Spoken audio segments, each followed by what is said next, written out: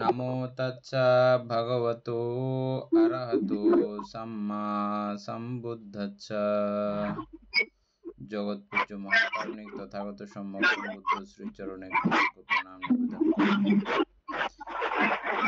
পুণ্যপারমিতে অংশগ্রহণকারী সকল উপাসক উপাসিকাগণের নিরোগ দীর্ঘায়ু সুখী জীবন তথা জ্ঞান বিমণ্ডিত জীবন কামনায় শুরু করতে চলেছি মহাপরিনির্বাণ সূত্র আলোচনা ক্লাস।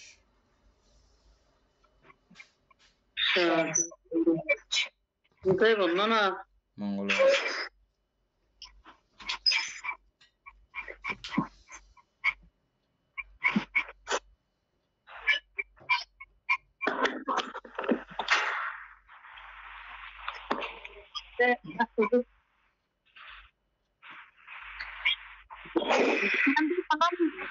মঙ্গলক এনে কালকে কদ্দূর পর্যন্ত আলোচনা হয়েছিল?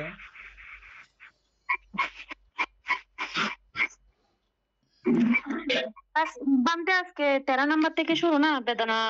বেদনা থেকে, বেদনা থেকে 70 পৃষ্ঠা বেদনা দর্শন। অমিতা বড়ুয়া বেদনা সম্পর্কে আপনি যদি আলোচনা করেছেন, যা জানেন আগে এটা একটু বলেন। বেদনা অনুদর্শন কিভাবে করতে হয় এটা?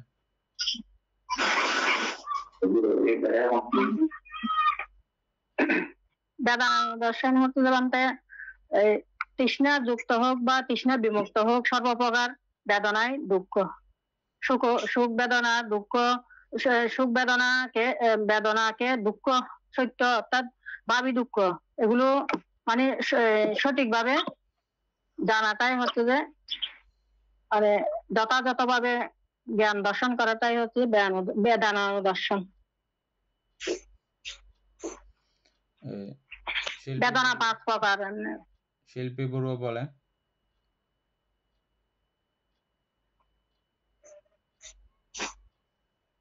মানে সার্টিফিকেশন সূত্রে আছে যে কায়ে কায়ের দর্শন, বেদনা বেদনা দর্শন, চিত্তে চিত্ত দর্শন, ধর্মে ধর্ম দর্শন। এভাবে আমরা মানে বিভিন্ন বেদনা সম্বন্ধে জানছি। ওই যে সার্টিফিকেশন সূত্রে আছে বেদনা, সুখ বেদনা, দুঃখ বেদনা, দুঃখ বেদনা। আর আমরা বেদনা সম্বন্ধে মানে চিত্তকে নাম রূপ সম্বন্ধে যথাযথভাবে আমরা ভালো করে জানাটাই মানে বেদনা।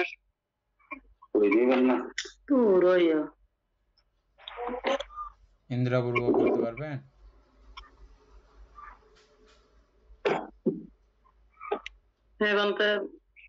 বেদনা অনুভব করিতেছে এইটা নাকি বেদনা অনুদর্শন? এটা বেদনা অনুদর্শন। বেদনা অনুদর্শন সম্পর্কে বেদনা তো অনুভব করিতেছে যে এটা কে করিতেছে? চিত্তে না?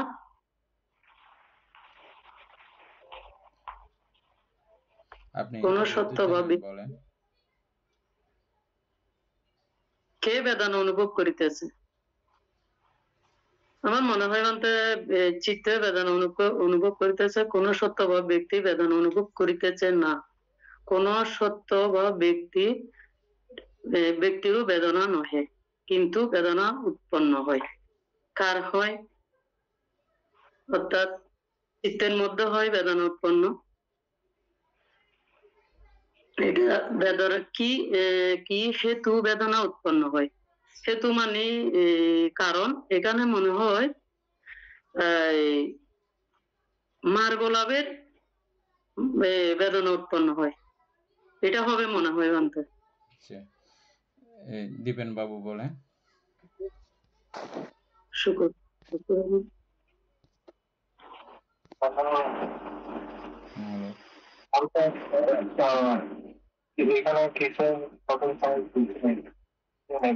বেদনা অনুদর্শন সম্পর্কে আপনি কি জানেন?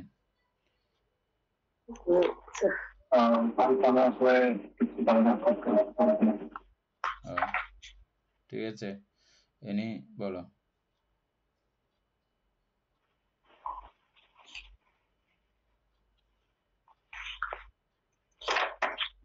বেদনা বলতে আমরা মূলত এখানে কায়িকভাবে 5 প্রকার বেদনার কথা জেনে আসছি, সুখ বেদনা, দুঃখ বেদনা, সমনুষ্য বেদনা, দোমনুষ্য বেদনা, উপেক্ষা বেদনা। তো এগুলা আর বেদনা বলতে এটা হচ্ছে যে একটা অনুভূতি। হয়তো আমরা যদি হঠাৎ কায়গতভাবে যদি আমাদের শরীরের মধ্যে যদি আমরা কোনো কিছু যদি স্পর্শ পাই, সেটা যদি সুখকর হয় তাহলে সেটা আমরা সুখ বেদনা হিসেবে জানি। আর যদি সেটা যদি বা আমরা আঘাত পাই তাহলে সেটা আমরা দুঃখ বেদনা হিসেবে জানি। আর উপেক্ষা বেদনা হচ্ছে যে অর্থাৎ ওইটা মানে কোনো ধরনের কোনো অনুভূতি আছে, কিন্তু সেটা সুখ নয়, দুঃখ নয়। সুখ দুঃখ ছাড়া যে অনুভূতিটা, ওইটা হচ্ছে যে উপেক্ষা অনুভূতি। আর দোমনুষ্য তো যেটা সুখকর আর দুঃখকর একই ওইটা। তো ওইটার অনুদর্শন দর্শন মানে হচ্ছে যে অর্থাৎ বেদনাকে দর্শন করা ওই জায়গায়, অর্থাৎ ওই বেদনাটা কিন্তু যেমন নামরূপ এমনি আমরা বলি সেটা আমার, কিন্তু যখন আমরা সেটা যখন পারমার্থিক ভাবে যখন চিন্তা করি, আসলে আমার বলতে কোনো কিছুই নাই। এখানে আত্মা নাই, সুখ নাই, এই অর্থাৎ এই নিত্য নাই। যদি আমরা পারমার্থিক, এগুলা সবগুলাই হচ্ছে যে অর্থাৎ অনিত্য, দুঃখ, অনাত্মা। তো প্রতিটা জায়গা এবং এটা হচ্ছে প্রত্যয় উৎপন্নশীল। এই বেদনাটাও, এটা কিন্তু একাকী কখনো নিজে উৎপন্ন হতে পারে না। এই বেদনার উৎপন্ন হতে গেলে অনেক কিছুর প্রত্যয়ের সন্নিবিষ্টে বা সংযুক্ত হয়ে কিন্তু উৎপন্নটা হয়। তো আসলে পারমার্থিক যখন চিন্তা করি, এখানে এক কথায় বলতে অনিত্য, দুঃখ, অনাত্মা ভাবে যখন দর্শন করি, সেটাই হচ্ছে যে বেদনানু দর্শন।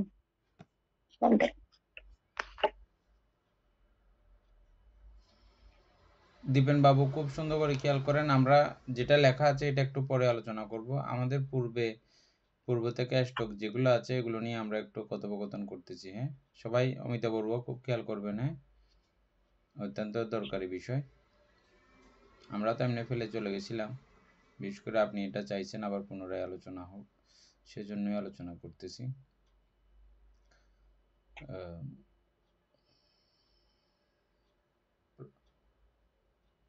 প্রথমত হচ্ছে যে বেদনা অনুদর্শন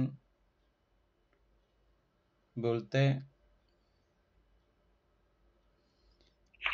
বেদনার অনিত্যতা প্রমাণ করা।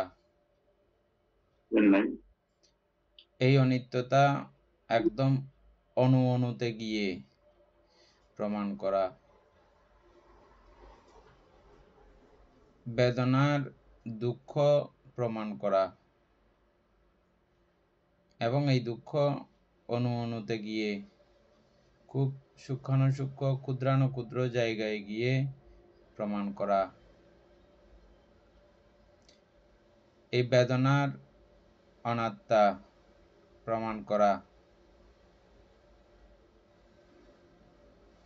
অনুতে ক্ষুদ্রাণুক্ষুদ্র জায়গায় গিয়ে পর্যন্ত এই বেদনার অনাত্মা প্রমাণ করা হচ্ছে বেদনানুদর্শন।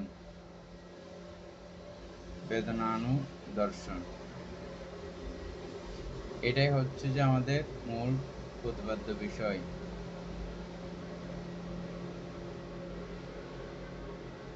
এগুলো দর্শন করতে হলে সাধককে অবশ্যই ন্যূনতকল্পে প্রথম ধ্যান আয়ত্তকারী ব্যক্তি হতে হয়। বিপাসনার দিক থেকে দেখতে গেলেও সেটাও প্রথম ধ্যানেরই পর্যায়, চিত্তের একাগ্রতার চরম অবস্থা। সে জায়গায় সেটাকে প্রথম ধ্যান বলা না হলেও প্রথম ধ্যানের মতো সমস্ত চিত্তশক্তি সে জায়গায়ও থাকে।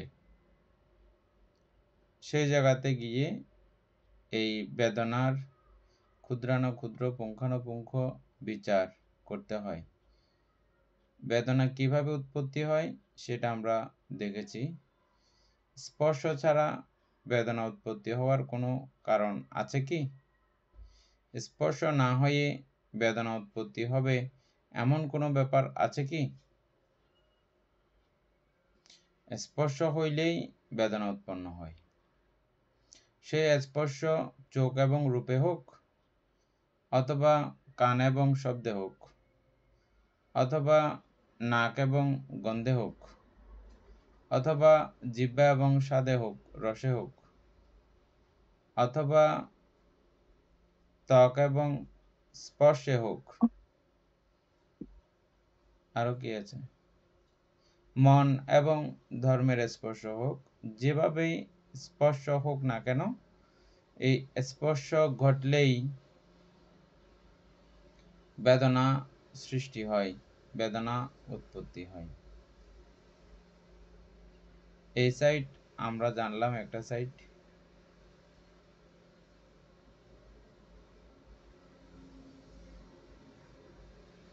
এই বেদনা সুখ বেদনা, দুঃখ বেদনা, উপেক্ষা বেদনা, এই 3 শ্রেণীতেও আমরা বিভক্ত করি। মনের দিক থেকে আলোচনা করার পরে সমনুষ্য এবং দমনুষ্য এভাবেও আমরা বলি। আবার এরকম কথাও আমরা আলোচনা করছি, শরীরের এই অনুভূতি বোঝার মতো কোনো ক্ষমতা শরীরের নাই। মনই শারীরিক মানসিক সমস্ত অনুভূতি পায়। মনেরই এটা ক্ষমতা আছে, মন ছাড়া এটা কারোর ক্ষমতা নাই, দেহের কোনো ক্ষমতা নাই। দৈহিকভাবে সুখ দুঃখ আমরা বললেও পক্ষান্তরে কিন্তু সুখ দুঃখ উপেক্ষা অনুভূতি মনই পায়। এটা আর একটা পর্যায়ের কথা। তাহলে এই বেদনার অনিত্যতা আমরা প্রমাণ করতে চেষ্টা করি। প্রথমে কিভাবে অনিত্যতা প্রমাণ করবেন? বেদনার অনিত্যতা কিভাবে প্রমাণ করা যায়? আমরা যা এই পর্যন্ত আলোচনা করেছি, গবেষণা করেছি, সেই আলোকে ভান্তে বেদনার এটা আমাদের প্রথমে উৎপত্তি থেকেই ওটা চিন্তা করতে হবে। যদি এটা উৎপত্তি থেকে যদি চিন্তা করে, আমাদের স্পর্শের কারণে কিন্তু আমাদের উৎপত্তি, এবং এভাবে চিন্তা করলে আমাদের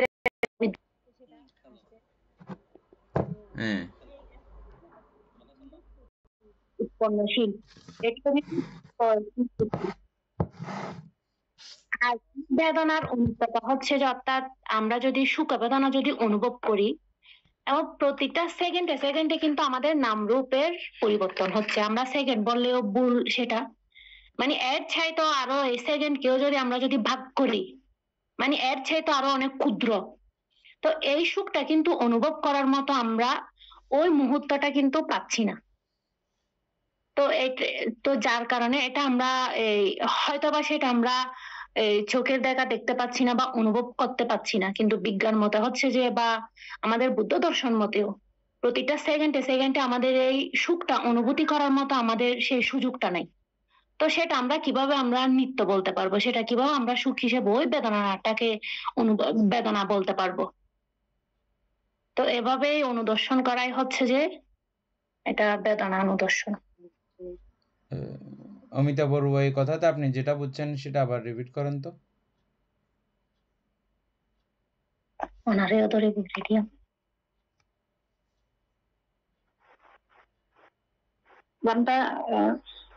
আমরা তো স্পর্শের কারণে তো বেদনা উৎপন্ন হয়। যখন আমরা মানে বেদনাটা আমাদের, আমরা যদি পুঙ্খানুপুঙ্খানু ভাবে যখন আমরা অনেক সময় ধ্যানে বসি, ভাবনায় বসি, বসার পরে আমাদের কিছুক্ষণ বসার পরে আমাদের মানে একটা বেদনা অনুভূত হয়। তো এই বেদনাটা অনেক সময় সুখেরও হতে পারে, আবার দুঃখেরও হতে পারে, কিন্তু এটা ক্ষণিকের জন্য। তো এটা যদি আমরা যদি পুঙ্খানুপুঙ্খানু ভাবে যদি আমরা পারি, অনিত্য অনিত্য দুঃখ অনাত্মা হিসাবে যদি আমরা বিচার করতে পারি, তাহলে এটা আমরা মানে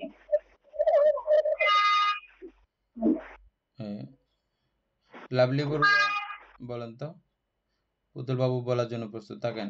যেটা ইনি বলছে এটা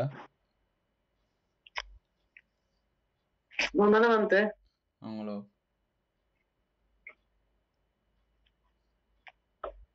বলতে বেদনাটা স্পর্শ কারণে তো বেদনার সৃষ্টি আমাদের, এটা সুখ বেদনা, দুঃখ বেদনা, সময় সুখ এবং উপেক্ষা বেদনার মাধ্যমেই হয় আমাদের।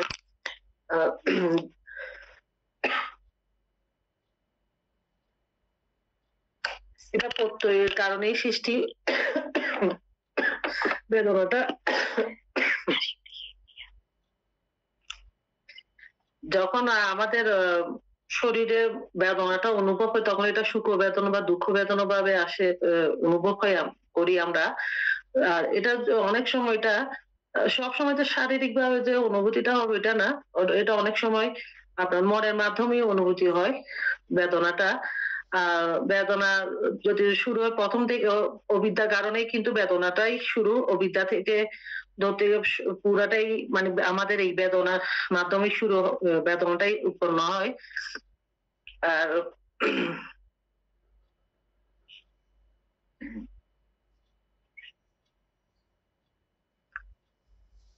ঠিক আছে, পুতুল বাবু বলে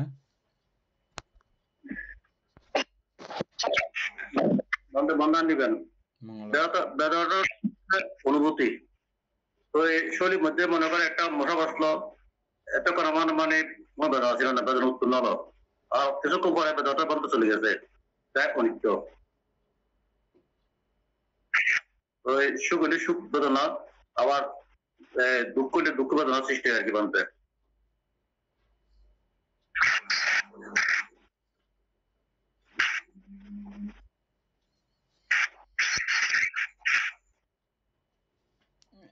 এটা আসলে খুব গভীরের বিষয়, এবং এই চারটা বিষয় না জানলে কখনো বিপাসনা করাও যায় না। এই চারটা বিষয় অবশ্যই জানতে হয়, খুব পুঙ্খানুপুঙ্খানুভাবে জানতে হয়। আসলে ধ্যানে বসছি, আমাদের কাজ কি? ধ্যানে বসে আমাদের কাজ কি? শুধু চোখ বন্ধ করে থাকা? এই জন্য এগুলো আলোচনাটা জরুরি। তবে হতাশ হওয়ার কিছু নাই, আমরা এখানে অল্প অল্প করে আলোচনা করব এই জায়গায়। তবে এতে যথেষ্ট হবে না। অভিধর্ম অর্থসংগ্রহটা আবার পুরো পড়লে দ্বিতীয়বারের মতো আরো বিষয়টা আপনাদের সুস্পষ্ট একটা ধারণা উৎপন্ন হবে ক্রমান্বয়ে।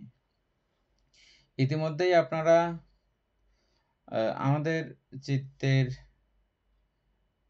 বিধি সম্পর্কে কিছুটা ধারণা আপনাদের হয়েছে।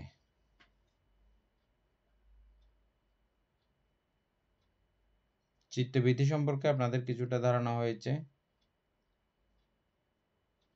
এবং এই বিধিগুলো কত দ্রুত এবং কত ক্ষণিক সময়ের মধ্যে তার অবস্থা পরিবর্তন করে, এগুলো এত দ্রুত গতিতে হয় আমরা কখনো এই পর্যন্ত যেতেও পারি নাই, চিন্তাও করতে পারি নাই এতগুলো যে ঘটনা ঘটে যায়। যেমন অতীত ভবাঙ্গ, ভবাঙ্গ চলন, উপচ্ছেদ, দ্বারাবর্তন, তারপরে বিজ্ঞান, তারপরে সম্পর্তিচ্ছ সন্তিরণ ব্যবস্থাপন,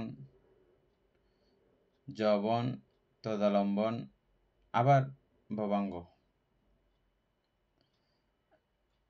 এই প্রত্যেকটা জায়গাতে কিন্তু এই অনুভূতির বিদ্যমানতা আছে। কেন আছে? কারণ বেদনা সর্বচিত্ত সাধারণ চৈতসিকের একটা। এই সর্বচিত্ত, সাধারণ চৈতসিক, এগুলো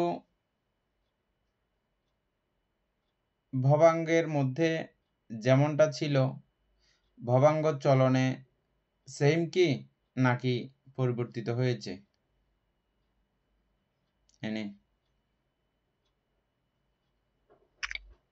মানে এটা তো পরিবর্তন হয়েছে, হ্যাঁ, এটা সেম কিভাবে আমরা সেম না।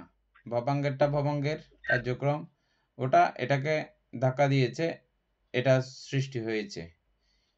ওই ভবাঙ্গ না থাকলে ভবাঙ্গ চলন কখনো হতো না। এই ভবাঙ্গ চলন সৃষ্টি করেছে ভবাঙ্গ চিত্ত।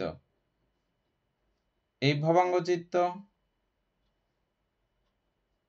চলন সৃষ্টি করেছে, চলনে উপচ্ছেদ সৃষ্টি করলো ক্রমান্বয়ে, একটাকে এটা নয়, এটা নয়, এটা নয়, ওটার জায়গায় রয়ে গেছে।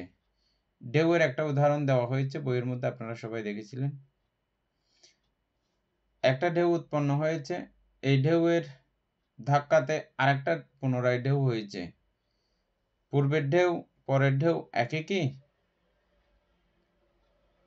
অমিতা বড়ুয়া? পূর্বের ঢেউ এবং এর পরের ঢেউ একই কি?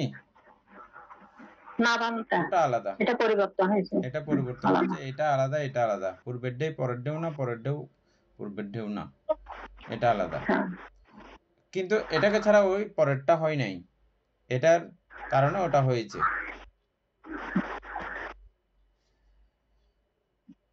এভাবে প্রতি সূক্ষ্ম চিত্তক্ষণের মধ্যে এই অনুভূতি পরিবর্তিত হয়ে হয়ে হয়ে হয়ে ওই জায়গা পর্যন্ত যায়, এবং সেখানেও আমরা চিন্তা করার আগে, ভাবার আগে, বুঝে ওঠার আগেই এগুলো পরিবর্তিত হয়ে যাচ্ছে। আমরা মনে করি এই দীর্ঘ সময় যাবৎ আমার মধ্যে এই সুখটা অবস্থান করছে, দুঃখটা অবস্থান করছে, বা উপেক্ষাটা অবস্থান করছে, এটা আমরা মনে করি। কেন মনে করি? যে মনে করার কারণ হচ্ছে যে আমরা একটা গাছের উদাহরণ দিয়েছিলাম, কিছু কিছু কাঠমিস্ত্রি আছে, গাছ জোড়া দেয়, জোড়া দেওয়ার পরে ওখানে নানা ধরনের গাম, মোম, গাছ জোড়া দেওয়ার আরো বিভিন্ন রকমের জিনিসপত্র বর্তমানে আছে অত্যাধুনিক, এগুলো লাগায়, আবার ডলে, আবার কালার করে, এরকম করতে করতে করতে করতে এক পর্যায়ে গিয়ে ওই কাঠ যে ওখানে যে জোড়া আছে আমরা বেমালুম জানি না, এবং এটা এত শক্ত করে যে এত হার্ড, একটুও নড়াচড়া করে না ওই জায়গায়, ফেরাক টেরাক দিয়ে শক্ত করে ফেলে, আমাদের মনেই হয় না যে এখানে এটা জোড়া লাগানো। কিন্তু আমরা দেখেছি বলে আগে থেকে বুঝি যে এটা জোড়া লাগানো। না দেখলে আপনার বোঝার কোনো উপায় নাই যে এই গাছটা এখানে জোড়া লাগানো আছে। আমাদের চিত্তের মধ্যেও এরকম একটা প্রত্যয় আছে, সেটার নাম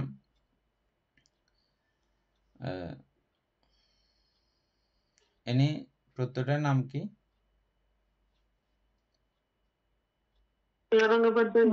বুঝি নাই কি বলছেন, আর একটু করে। আমরা যে এই চিত্তের জোড়া ভবাঙ্গ চলন থেকে শুরু করে উপচ্ছেদ এবং দ্বারাবর্তন, বিজ্ঞান, সম্প্রতীচ্য, সন্তিরণ, এখানে যে প্রত্যেকটা জায়গায় যে ফাঁক আছে, এটার সঙ্গে এটার তফাৎ ব্যবধান আছে, এটা যে আমরা বুঝতে পারি না কিসের কারণে, কোন অবস্থা, এটা আমাদেরকে বুঝতে দেয় না। প্রত্যয়গুলো বলো, 24 প্রকার প্রত্যয় কার মনে আছে? দীপেন বাবু মনে থাকলে বলেন। হেতু পাচ্ছে আর আমনা পাচ্ছে বলেন।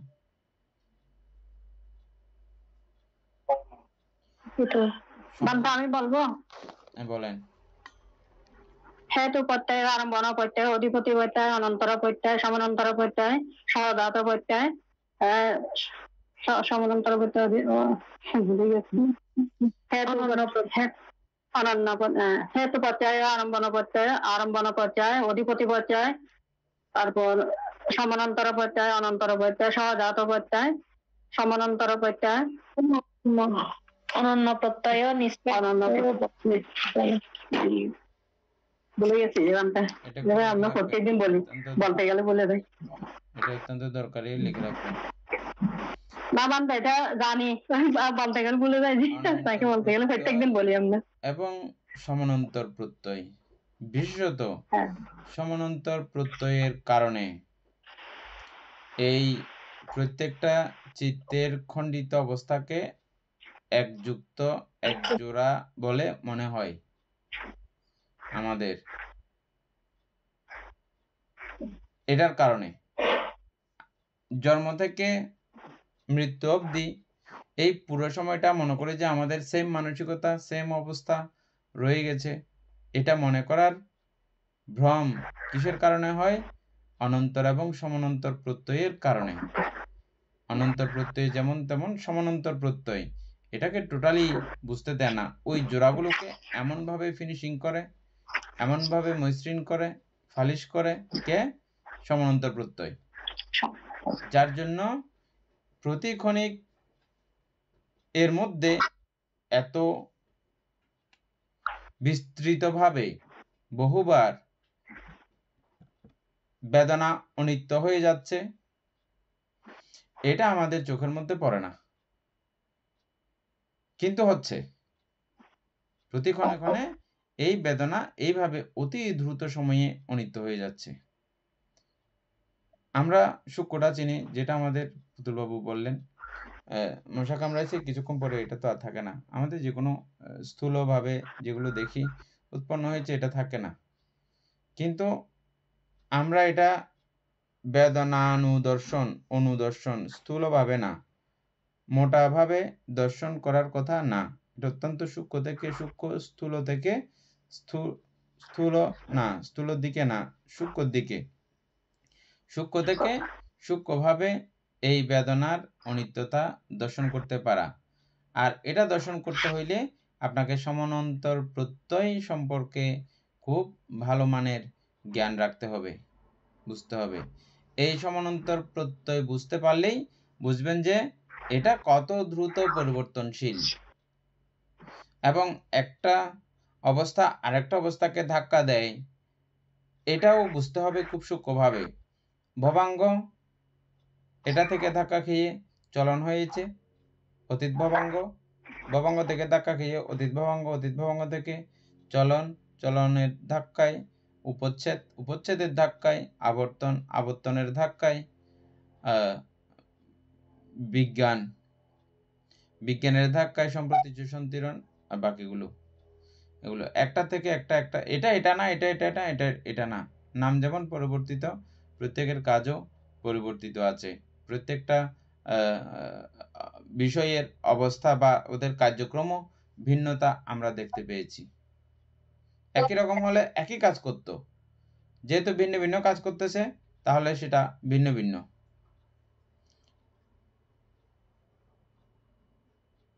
বুঝতে পারেন নাই আমি জানি।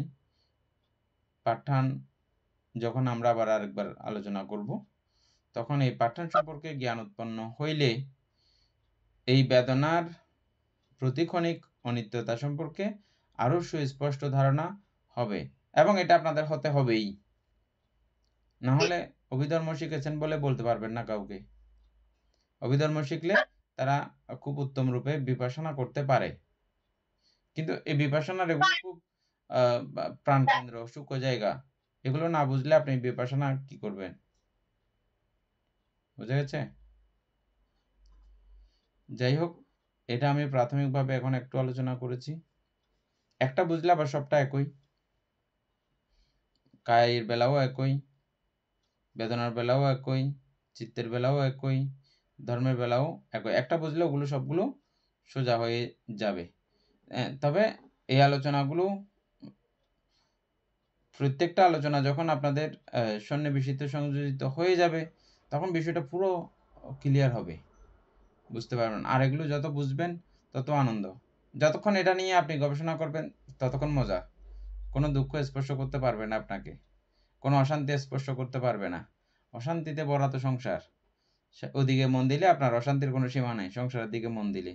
আবার যখন এদিকে পরমাত্ম দিক থেকে, এই পাঠানের দিক থেকে যদি আপনি দৃষ্টিপাত করেন, আপনাকে যখন বিচার করবেন, হ্যাঁ, তখন কোনো দুঃখ নাই, এখানে শুধু অফুরন্ত আনন্দে আপনি মিটমিট করে হাসতে থাকবেন। শত দুঃখের মধ্যেও আপনি মিটমিট করে হাসতে থাকবেন। কেন?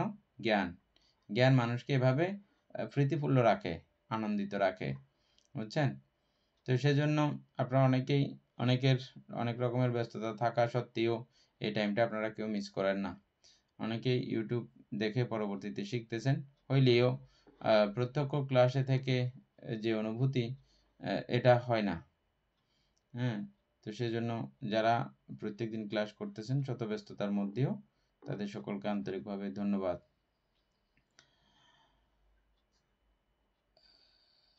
তাহলে আমরা বেদনার অনিত্যতা প্রমাণ করেছি, বলেছি আর কি।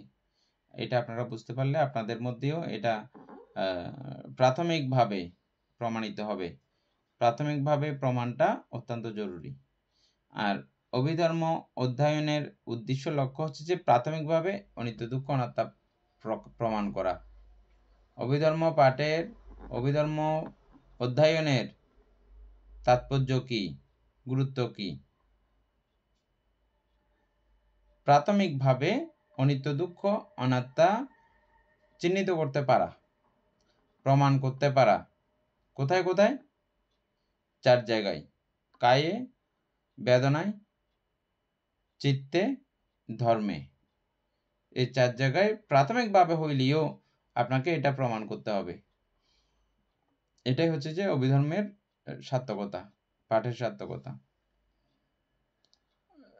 এবার হচ্ছে দুঃখ, বেদনার মধ্যে দুঃখ কিরকম? আমরা তো সুখ বেদনা বলেই ফেললাম, তাহলে এই সুখ বেদনাকে আবার দুঃখ কিভাবে প্রমাণ করব? অমিত বড়ু যেটা বলছিলেন সেটা ঠিক আছে, এনিও যেটা বলছিলেন সেটাও ঠিক আছে। আবার একটু ওই জায়গাটা ইয়ে করলে সবার ইয়ে হবে। একটা আমরা অনিত্যতা চিহ্নিত করতে পারলাম, এখন চিহ্নিত করবো যে দুঃখতা কিভাবে? বেদনার দুঃখতা দুঃখই, সেটা মেনে নিতে আমাদের কারো কোনো অসুবিধা নাই। সুখটা কিভাবে দুঃখ প্রমাণ করবেন বলে?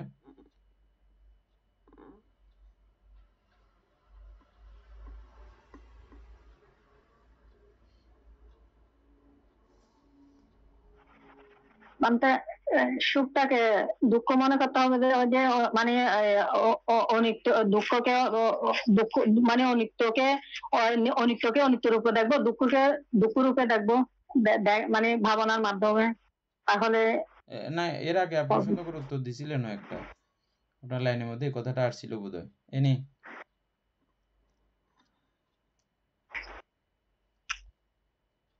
বলতে ওই সুখটাকে যে দুঃখ মনে করব, যে কারণ এটার কারণ উৎপত্তি আছে, বিলয় আছে, এবং এটা ক্ষণিকে ক্ষণিকে কিন্তু এটা পরিবর্তন হচ্ছে। সেটা আমরা আমাদের নাম রূপের মধ্যে সেটা হয়তো বা আমরা এটা দেখতে পারি না, কিন্তু যে সেকেন্ডে সেকেন্ডে যে এটার যে বঙ্গুর সেটা হয়তো বা এটা আমরা সেকেন্ডে বঙ্গুর হচ্ছে সেটা আমরা হয়তো বা অনুভব করতে পারতেছি না, কিন্তু হয়তো বা একটা দিন একটা ঘন্টা যাচ্ছে সেটা অনুভব হচ্ছে। তো এখানে সুখ বলার মতো আর কোনো কিছুই থাকে না। আর এই ক্ষেত্রে এটাও কিন্তু একটা প্রত্যয় উৎপন্নশীল, এটা প্রত্যয়ের কারণেই কিন্তু সৃষ্টি, আবার প্রত্যয়ের কারণে কিন্তু ধ্বংস। তো যার কারণে এটাই হচ্ছে যে সুখকে যে এভাবেই কিন্তু ওই দুঃখ ভাবে দেখতে হবে। কারণ সুখ অনুভব করার মতো ওই হয়তো বা আমরা যে সেকেন্ডে সেকেন্ডে যে পরিবর্তন হচ্ছে, হয়তো আমি এখন এই মুহূর্তে সুখ অনুভব করার মানে করতে চাচ্ছি, কিন্তু ওই করার সময়টাও কিন্তু থাকে না, এটা পরিবর্তন হয়ে যাচ্ছে। যেটা ভঙ্গুর হচ্ছে সেখানে তো আমরা সুখটা কিভাবে ধরবো, সুখ আছে সেটা কিভাবে বুঝবো? এটার জন্য খুব সুন্দর আলোচনার দরকার আসলে। অতটুকু তো প্রাজ্ঞতা বিজ্ঞতা আমার নাই যে ওভাবে আলোচনা করব আসলে। তারপরও যৎসামান্য আলোচনা আমরা যা ক্লাসের মধ্যে সংযুক্ত হয়ে শিখেছি তা আর কি।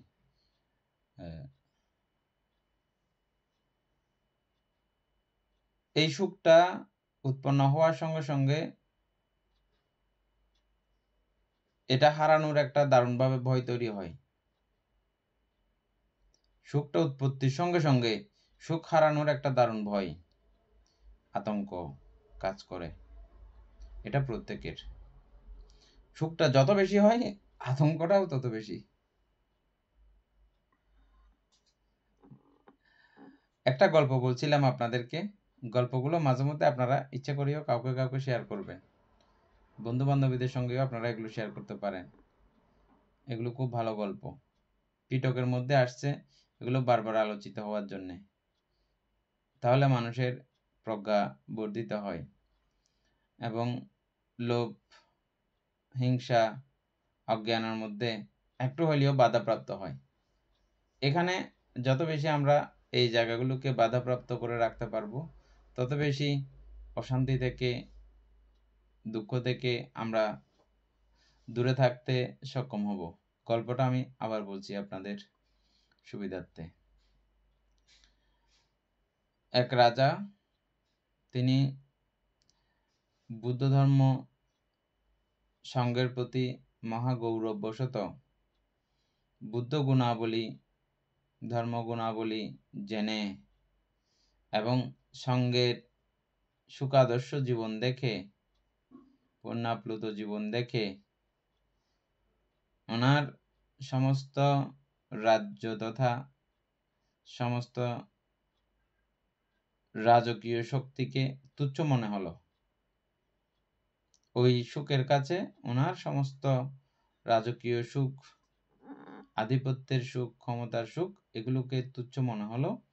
তাই তিনি প্রভুজা গ্রহণ করলেন বুদ্ধের কাছে। গ্রহণ করে একটা পর্ণকুটিরে তিনি অবস্থান করছেন। আজকাল তো আমরা এমনি কুটির নাম দিই বটে, নামে কুটির, কামে কিন্তু এটা প্রাসাদ। বুদ্ধের সমকালীন কিন্তু তারা প্রাসাদ ত্যাগ করে এসছেন, পুনরায় আর প্রাসাদ তারা বানাননি। প্রাসাদ ত্যাগ করে এসছেন প্রত্যেকেই, পুনরায় আবার পরবর্তী গিয়ে প্রাসাদ তারা সেভাবে বানাননি। ত্যাগী মুক্ত পুরুষ, তাদেরকে কেউ ভাবি পুণ্য কামনায়, ভবিষ্যতে আমিও যাতে পাই এমন কামনায় কেউ দান করেছেন।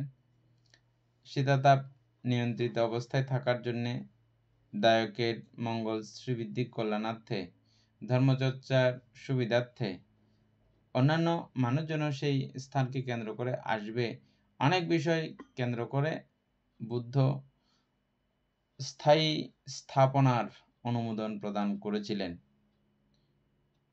এটাও খুব সূক্ষ্মভাবে মানে পরিশুদ্ধভাবে আসতে হবে, দায়কের শ্রদ্ধা থেকেই আসতে হবে। তবে সেটার জন্য কোনো রকমের প্রলোভিত করতে বুদ্ধ না করছেন। কোনো দায়ককে কোনোভাবে যেন প্রলোভিত করা না হয়। যদি হয় তাহলে সেটা ধর্ম বিজনেস হয়ে যাবে। ধর্ম বিজনেস, ধর্ম ব্যবসা, ধর্মকে কেন্দ্র করে ব্যবসা আর কি, এটা হয়ে যাবে। সেজন্য এটা অনুমোদন দিয়েছেন। যাই হোক, কুটিরের কথা বলছিলাম। পর্ণকুটির মানে হচ্ছে যে এটাও কোনো রকম লাগানো, শীতাতাপ থেকে পুরোভাবে যে রক্ষা পায় এমন না, বৃষ্টি বাদল থেকে কিছুটা সাময়িক রক্ষা, এরকম। বেড়াগুলো জোরে একটা ধাক্কা দিলেই পড়ে যাবে এমন, আর উপর থেকে বৃষ্টি কোনো রকম পড়বে না এমন। যত মনে আসলে যে একেবারেই মানে রক্ষা, এরকম না। এরকম একটা কুটিরের মধ্যে তিনি অবস্থান করছেন। শুধু তিনি নয়, অনেক ভিক্ষু শ্রমণ সেখানে আছেন। সবাই কর্মস্থান নিয়ে যার যার মতো করে চক্রমণ করছেন, পিণ্ডাচরণ আদি করছেন। তাদের নির্বাণ কামনায়, নির্বাণ চর্চায়, সাধনায় প্রত্যেকে রত আছেন। এই রাজা যিনি ভিক্ষু হয়েছেন, উনিও ওনার মতো করে যাবতীয় কর্ম সম্পাদন করছেন। আর কুটিরের মধ্যে বসে বসে মাঝে মধ্যে অহসুক অহসুক অহসুক বলে, এটা মনের আবেগ থেকে শব্দটা বড় হয়ে যেত। ভিক্ষুদের বিশেষত সাউন্ড করার একটা নিয়ম আছে। কখনো যদি এক ভিক্ষুর সঙ্গে এক ভিক্ষু কথাবার্তা বলে, এটা 12 হাত পর্যন্ত যাতে শব্দ বোঝা যায়। 12 হাতের পরেও শব্দ শোনা যেতে পারবে, কিন্তু শব্দ শোনা গেলেও বুঝবে না। কথা বলাতে একটা মাপকাঠি আছে ভিক্ষুদের, বুঝছেন? শুধুমাত্র ইচ্ছা করলে ধর্মদেশনার সময় সাউন্ড বড় করা যেতে পারে, সূত্রপাঠ করার সময় সাউন্ড বড় করা যেতে পারে। অন্য সর্বসময় ভিক্ষুদের কথা বলার মাপকাঠি হচ্ছে 12 হাত। 12 হাতের মধ্যে বুঝবে, 12 হাতের বাইরে থাকলে ও শুনবে, কথা বুঝবে না, বুঝছেন? এটা হচ্ছে যে ভিক্ষুদের নিয়মাবলী। কিন্তু এই ভিক্ষু হঠাৎ করে মনের উচ্ছ্বাসে, আনন্দে, সুখে আত্মহারা হয়ে মাঝে মধ্যে এরকম সাউন্ড বড় করে ফেলে। মাঝে মধ্যে সাউন্ডটা হচ্ছে যে অহসুখ অহসুখ বলে তিনি এভাবে সাউন্ড করে ফেলেন। আচ্ছা, এইভাবে যখন তিনি সাউন্ড করেন, অন্যান্য ভিক্ষুরা যখন চঙ্কমন করে বা অন্যান্য কাজে যায়, তখন এই শব্দটা শুনেছে, শুনে বুদ্ধকে জানিয়েছেন। এটাকে ধ্যান করার সময় মানে মনে করছে যে মানে অসুখ ধ্যান করার সময় এবং মনে করেন এই জীবনের তৃপ্ততা, আগের জীবনের দুঃখতা, প্রবৃদ্ধ জীবনের তৃপ্ততা, সন্তুষ্টিতা, এটা সবকিছু মিলিয়ে মিশিয়ে মাঝে মধ্যে আপনাদেরও আসে না? বিরাট করে একটা নিঃশ্বাস ফেলেন না মাঝে মধ্যে আপনারা? কোনো একটা কিছু মনে পড়লে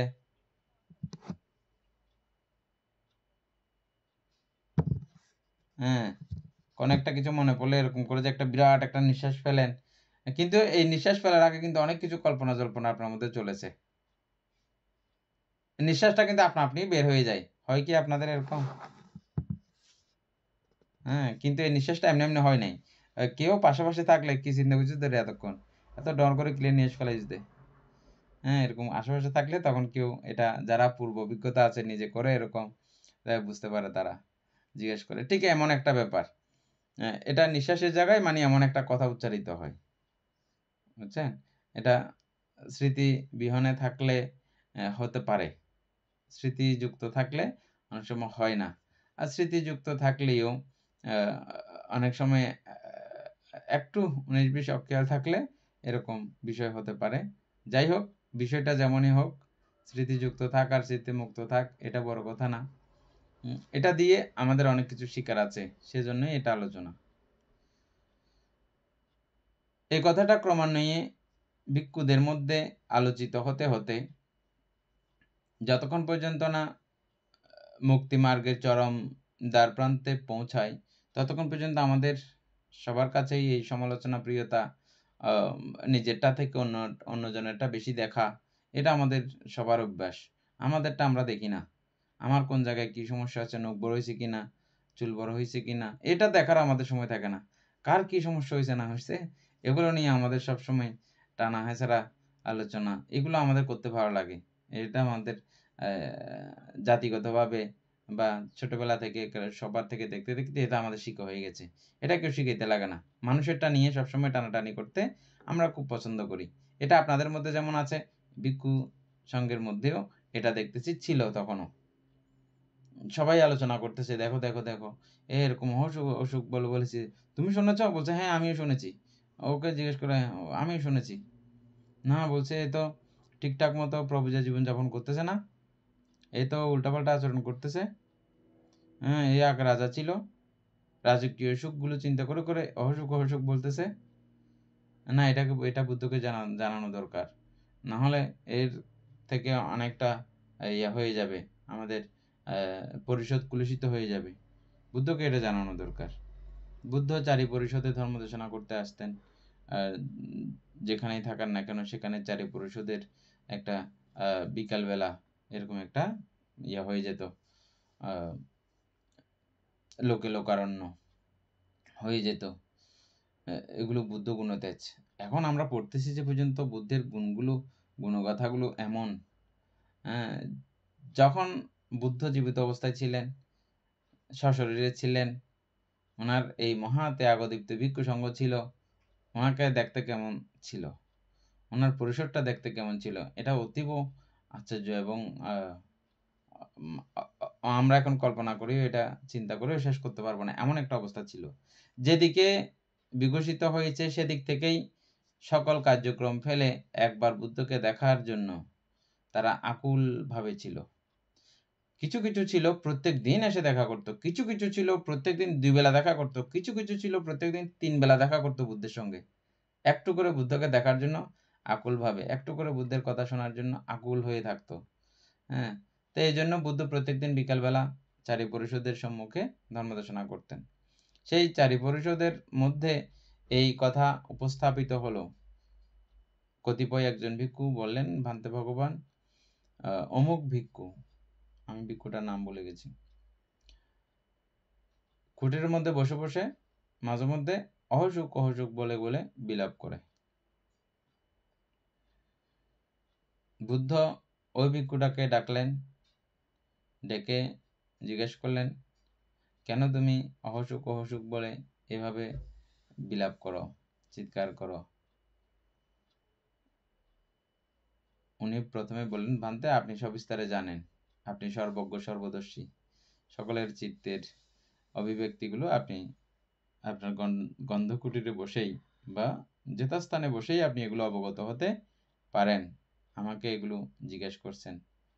বলছে, না, আমি তোমাকে জিজ্ঞেস করতেছি, তুমি বলো, তুমি বলতে পারো, কোনো সমস্যা নাই, বলো, এবং তুমি বললে আমি বেশি কল্যাণ হবে, মঙ্গল হবে বলে মনে করছি।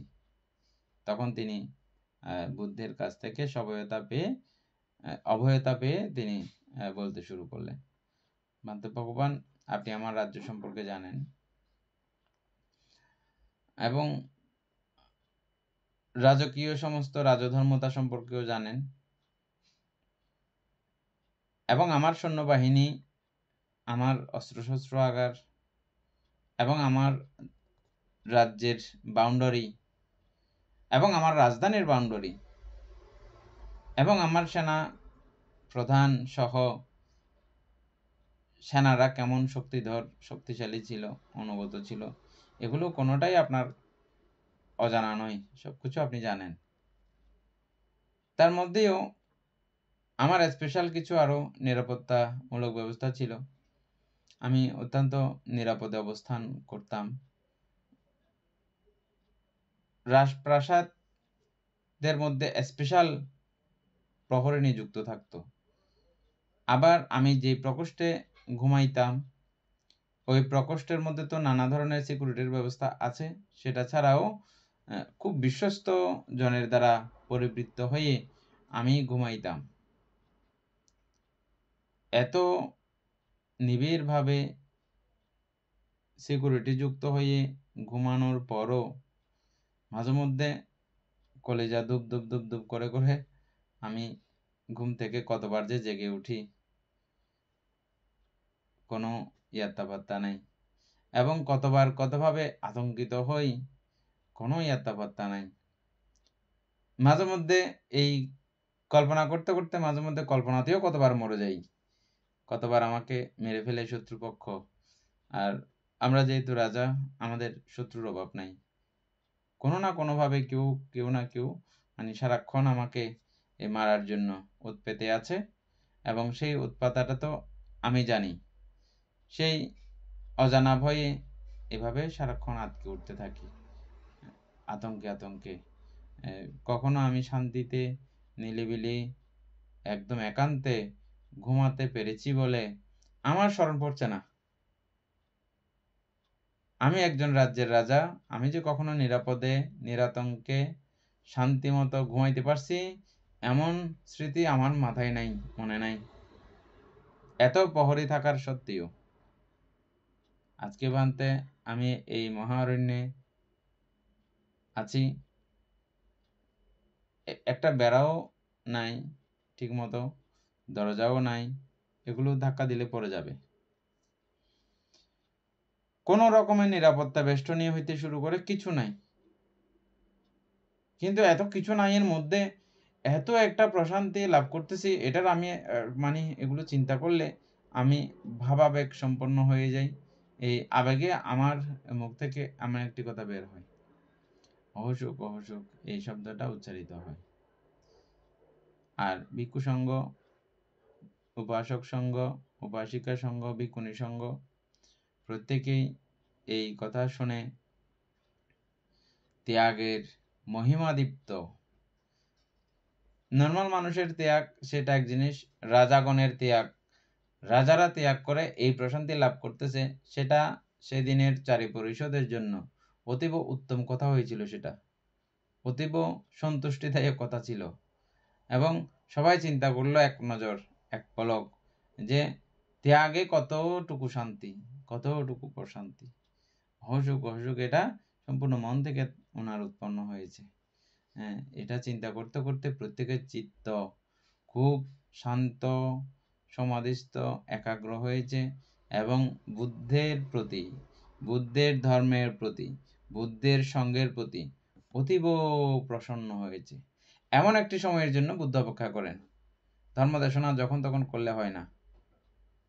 যতক্ষণ পর্যন্ত আপনার চিত্তভাবে সেট হবে না, ততক্ষণ পর্যন্ত আপনাকে ধর্ম বুঝাইলেও আপনি বুঝবেন না। বুদ্ধ এমন একটি সময়ের জন্য অপেক্ষা করেন। আজকে ওনাকে, এই ভিক্ষুকে এই কথা বলানোর পেছনে এটাই কারণ। এই কথা শুনলে সকলের চিত্ত প্রসাদিত হবে। এই চিত্ত প্রসাদ লাভ করতে হইলেও জন্ম জন্মান্তরের পারমী প্রয়োজন, না হলে এই চিত্ত প্রসাদ লাভ হবে না। যারা ছিলেন সেখানে তাদের সবার চিত্ত প্রসাদ উৎপন্ন হয়েছে। এই চিত্ত প্রসাদিত অবস্থায় বুদ্ধ চতুরার্য সত্য বর্ণনা করেছেন, চতুরার্য সত্য বর্ণনা করেছেন, আর্যাষ্টাঙ্গিক মার্গ পুঙ্খানুপুঙ্খ ব্যাখ্যা করেছেন। যারা অত্যন্ত টাইটফিট ফারমি, তারা আর্যাষ্টাঙ্গিক মার্গ ব্যাখ্যা শুনতে শুনতেই আচরণ শুরু করেছেন মনে মনে, মনে মনে আচরণ করতে করতেই অরহত হয়ে গেছেন। সেই আসনে অনেক মানুষ, অনেক দেবব্রহ্মা সেদিনের জন্য ধর্মদেশনা সার্থক এবং সফল হয়েছিল ভগবান বুদ্ধের। তো এটা বলতেছি যে কি জন্য, যে বেদনা, সুখ বেদনা বর্তমানে যেটা আছে সেটা হারানোর এক দারুণ আতঙ্ক। যে যেটা নিয়ে সুখ করতেছেন সেই সুখটা কখন ভেঙে যাবে, কখন হারিয়ে যাবে, এই ভয়ে প্রত্যেকেই আমরা দারুণভাবে ত্রাসিত, নাকি না? যার যার যেটা যেটা সুখ আছে এগুলো হারানোর জন্য প্রতিদিন ভয় পান না? প্রতিদিন প্রতিক্ষণে এই ভয়ে আপনারা জর্জরিত করে আছেন, বুঝছেন? এই উদাহরণটা সেটা। তো এই ছোট ছোট সুখগুলোও একইভাবে উৎপন্ন হয়েছে। আর এটাকে যখন জ্ঞান দ্বারা না দেখলে কিছু হয় না, যখনই আপনি দেখবেন যে এগুলোর অনিত্য হয়ে যাচ্ছে বা ভেঙে যাচ্ছে প্রতি মুহূর্তে, এই সুখগুলো ক্ষয় হয়ে যাচ্ছে, নষ্ট হয়ে যাচ্ছে এই সুখগুলো, তখন আপনার এই সুখগুলোর প্রতি সুখ উৎপন্ন হবে, সুখগুলোর প্রতি আপনার দুঃখ উৎপন্ন হবে। সুখগুলো থাকতেছে না যে, সেজন্য। এখন বুঝছেন? মানে সুখটাও কিভাবে দুঃখ, এটাকে প্রমাণিত হলো। দীপেন বাবু বুঝছেন?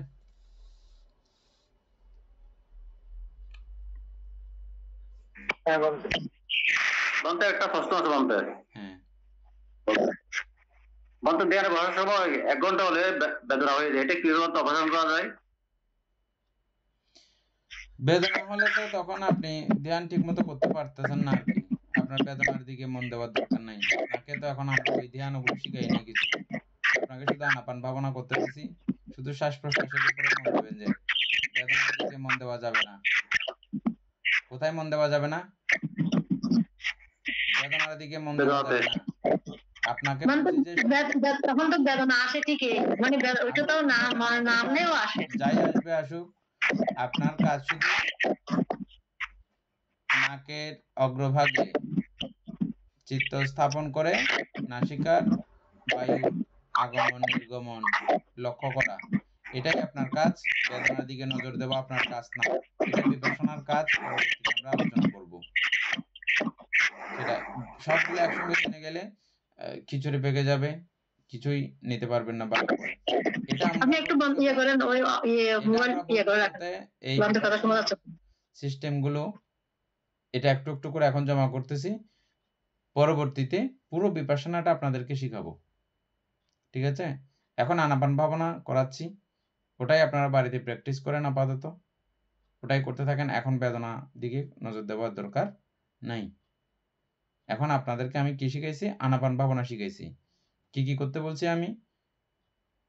শ্বাস প্রশ্বাসের সমস্ত কার্যক্রমকে অতি উত্তম রূপে, যেটা যেমন হচ্ছে সেটাকে ঠিক তেমন জানা।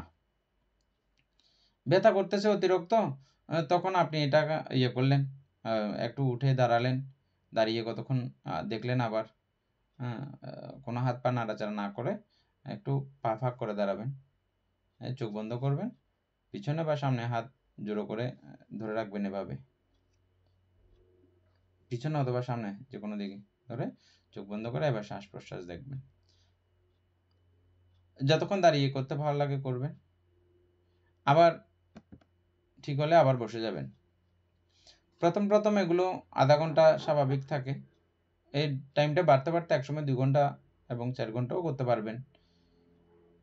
বসার অভ্যাসটা প্রথমে অত্যন্ত জরুরি, দীর্ঘ সময় বসে থাকা। আর মনটাকে মানে একদম আধা ঘন্টা পর্যন্ত, মোটামুটি আধা ঘন্টা 40 মিনিট পর্যন্ত মনটাকে একদম মানে রাখা যায়, কিন্তু এরপরে হলে ওই যে মানে বেদনাটা শুরু হয়, তো তখন মন তখন মানে একটু অস্থির ইয়ে করবেন।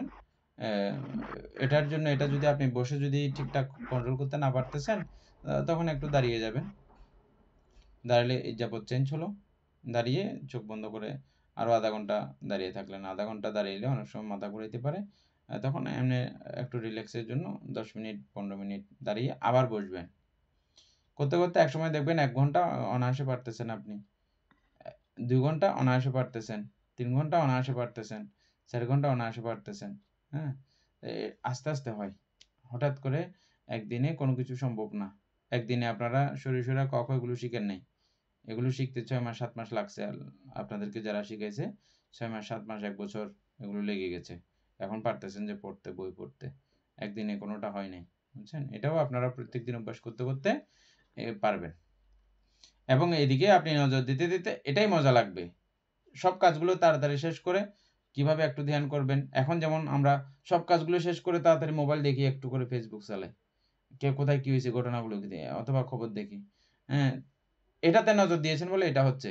যখন এই ধ্যানের মধ্যে আপনি নজর দেবেন, তখন সব কাজগুলো শেষ করে শুধু কতক্ষণে আপনি একটু করে ধ্যানের সময় পাবেন, এটাই খুঁজে বের করবেন। তাড়াতাড়ি খুব কাজগুলো গুছিয়ে ধ্যান করা, তাড়াতাড়ি খুব কাজগুলো গুছিয়ে ধ্যান করা, একসময় এটা অভ্যাস হয়ে গেলে এটাই হবে। আমরা বেদনার দুঃখতা আলোচনা করেছি, বেদনার অনাত্মতা একটু করে, না আজকে সময় নেই, কালকে বেদনার অনাত্মতা সম্পর্কে একটু আলোচনা করব, ঠিক আছে? বেদনার অনাত্মতা এমনি এনে যেটা বলছি সেটাও ঠিক আছে, তারপরে এগুলো যত বেশি আলোচনা হয় তত বেশি ভালো। হ্যাঁ, এবং আপনারা বিপাশনা করতে অত্যন্ত মজা পাবেন তখন। সদ্ধর্মপ্রাণ প্রিয় উপাসক উপাসিকা বৃন্দ, এতক্ষণ যাবৎ আমরা মহাপরিনির্বাণ সূত্র আলোচনা করেছি। এতে আমাদের অপ্রমেয় পুণ্য সাধিত হয়েছে। এই পুণ্য রাশি অনন্ত চক্রবাসী সত্যগণকে দান করছি, গুরুবান্ধবীকে দান করছি, মাতা পিতাগণকে দান করছি, এবং যারা আমাকে প্রতিনিধিভাবে ধর্মচর্চায় সহযোগিতা করছেন তাদেরকে এই পুণ্যরাশি দান করছি। যারা আমাকে প্রতিনিধি চারিপ্রত্যাদি দান করেন তাদেরকে এই পুণ্যরাশি দান করছি। এই পুণ্যরাশির কাছে আমরা প্রত্যেকেই প্রার্থনা করব নির্বাণ লাভ অবধি অসৎ ব্যক্তি, মূর্খ ব্যক্তি পাপমিত্রের সংসর্গ লাভ না করে সদা সর্বদা জ্ঞানদোষী কল্যাণ মিত্রের সান্নিধ্য সংসর্গ লাভ করতে সক্ষম হই। এইরূপ সাধুকামনা পোষণ করে আজকের মতো ক্লাস এখানেই সমাপ্ত করছি। সাধু সাধু সাধু ওকাশা বন্দামি ভান্তে দারতেনা কাতাং সাব্বাং অপরাধাং ক্ষমা